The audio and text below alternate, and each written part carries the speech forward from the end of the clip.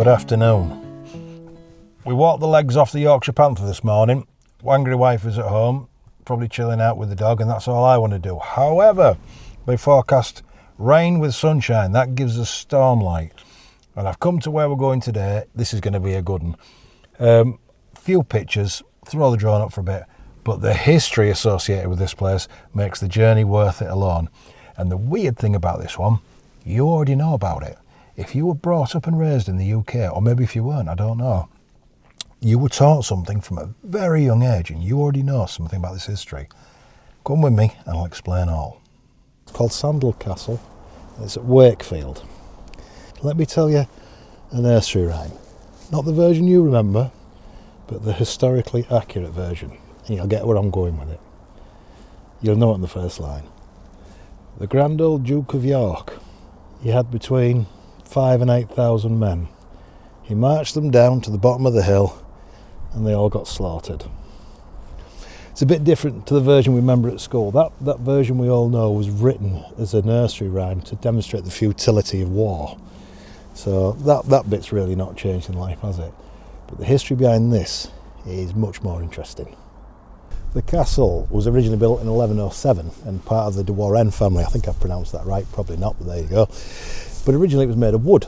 Generations passed and it was passed along, and they think that we'd call them shipping receipts, I suppose, today. There's a lot of records for a lot of stone to be bought and delivered here between 1270 and 1275. So the general consensus is that's when the stone fortification happened. In 1399, there was a Lancastrian called Henry Bolingbroke, and he overthrew Richard II and claimed the crown for himself. Henry became Henry IV as he did so, and he was also very, very unpopular. His morals were questionable apparently, and he was a terrible tactician and commander, apparently suffering heavy losses in battles domestic and abroad. He was not very well thought of. But the point was, he also suffered from crippling mental illness. You know, the kind of thing, I don't know what it was, but apparently it incapacitated him for years at a time. So Richard, the Duke of York, became what's known as the Lord Protector. When your king is incapacitated or unable to perform his duties, be through injury or, in Henry's case, mental illness, you're like the second in command. You step in and run the country. And this arrangement served all the powers that be very well, until 1454. 1454, our King Henry IV snaps out of it and decides he is able and capable to do his kingly duties again, which essentially puts Richard, the Duke of York, out of work. 6 years later, Richard decides, I'm a descendant of Edward III, royalty, legitimate. I have a stake to the throne, legitimate claim.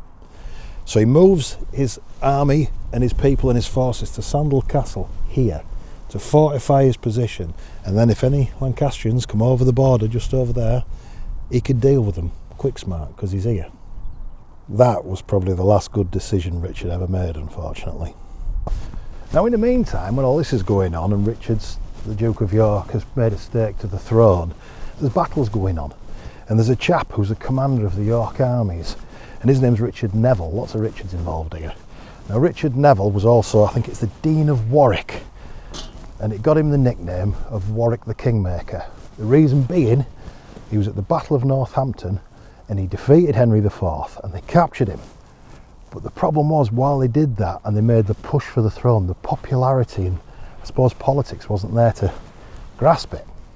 So our Duke of York never got the throne he so badly wanted.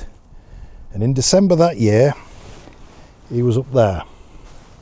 And the Lancastrians sent some forces to the bottom of the fort to show their displeasure. Now the smart move, which the historians would agree with, is Richard should have knuckled down in there. It's December, it's winter. Got walls, fortification, shelter, supplies. You're in a good position. They're out in the open. But Richard looks out and decides the 1,000 troops that have amassed down there are no problem for him. So he takes 3,000 of his men, marches them down the hill and engages with the 1,000 troops at the bottom of this hill. And it's at this point the other 8,000 Lancastrians that were waiting in the wings come out to play too. Richard and his son were both killed at that battle down there. Unfortunately for Richard, that's not where his unpleasant journey ends. Henry IV's men found Richard's body and decapitated it. And whether it was an insult to Richard, the Jorvik commander, or the Duke of York, because he was the Duke of York, and maybe as a message to his son, they sent his head to York, put it on a spike outside a place called Micklegate Bar. If you've never been to York, it's a walled city, and the entrances to these cities were called bars. They were like fortified gates. And they spiked it on Micklegate Bar, and they put a paper crown on the head to add insult to injury. And that Micklegate Bar got renamed Traitor's Gate, and that's why. Now, as you can imagine, Richard also had another son, Edward. Edward was not thrilled about his father's head being placed on the walls outside the city of York. Edward amassed his army, and he marched his men over there to a town called Taunton, where apparently the forces that had completed that battle were laying up, recuperating, drinking, whatever it was. And he gave the order to his men to attack, which they did. And the historians allude to that is the most violent and bloody battle that was ever fought on English soil. There's records of saying the foam and blood was running down the streets into the drains. It was that bad. One can only imagine, can't they? And that victory put the castle back in the hands of the York kings, where it stayed until Richard III had it, until he was defeated at Bosworth by Henry VII. Now, enough names, enough numbers. Let's have a look at the castle and its surroundings. Tell you what, it's worth a visit here for its scenery.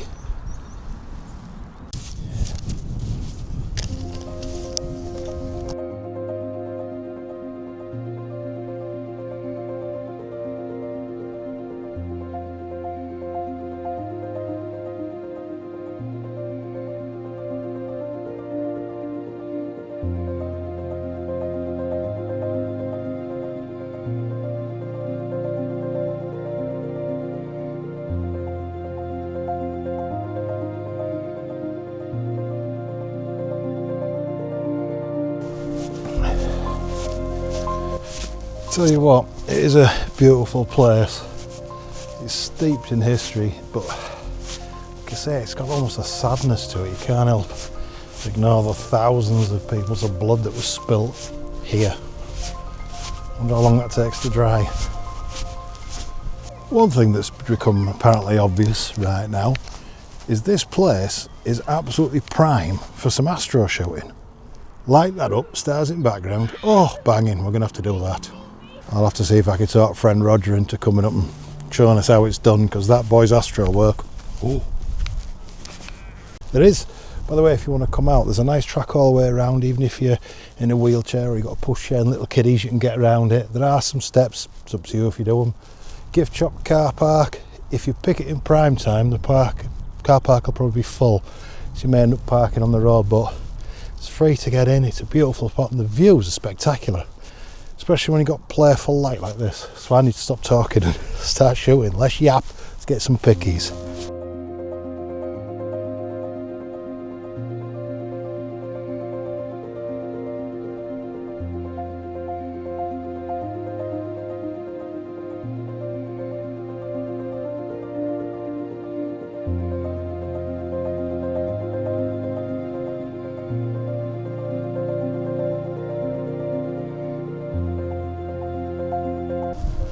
So following all the history and good stuff, it kind of fell into disrepair. But it was refortified in the English Civil War. So we're talking, what, 1650, something like that? And after that it was just left to rack and ruin, really. It started to fall into decay and whatnot. Anyway, Wakefield Council, God bless them, got it in 1964. Decided to clear the rubble and all the tat out of the way and open it as a tourist history spot, and that's where we are today.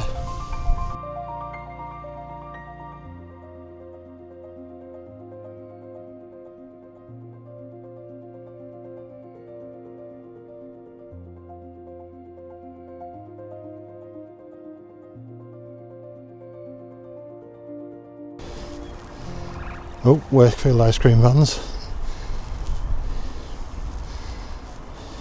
So yeah, if you fancy an afternoon out with kids, it ain't going to break the bank, and get a bit of knowledge and interest into it. It's definitely worth coming here. I bet you never knew that about the Grand Old Duke of York. The discussion still remains as well whether the nursery rhyme, the Grand Old Duke of York, was about Richard the Duke of York, or whether it was about Prince Frederick, who in the late 1700s was the Duke of York and Albany. Although Prince Frederick, to my knowledge, never suffered any embarrassingly crushing defeats, and by all accounts he was a very astute and effective military man. My money's on Richard of York. I hope you enjoyed our trip to Sandal's Castle. Thank you for coming along, and a bit of history in amongst all the photography and marmalade and silliness. Thank you for coming, guys. Hope you enjoyed it, and I'll see you on the next one.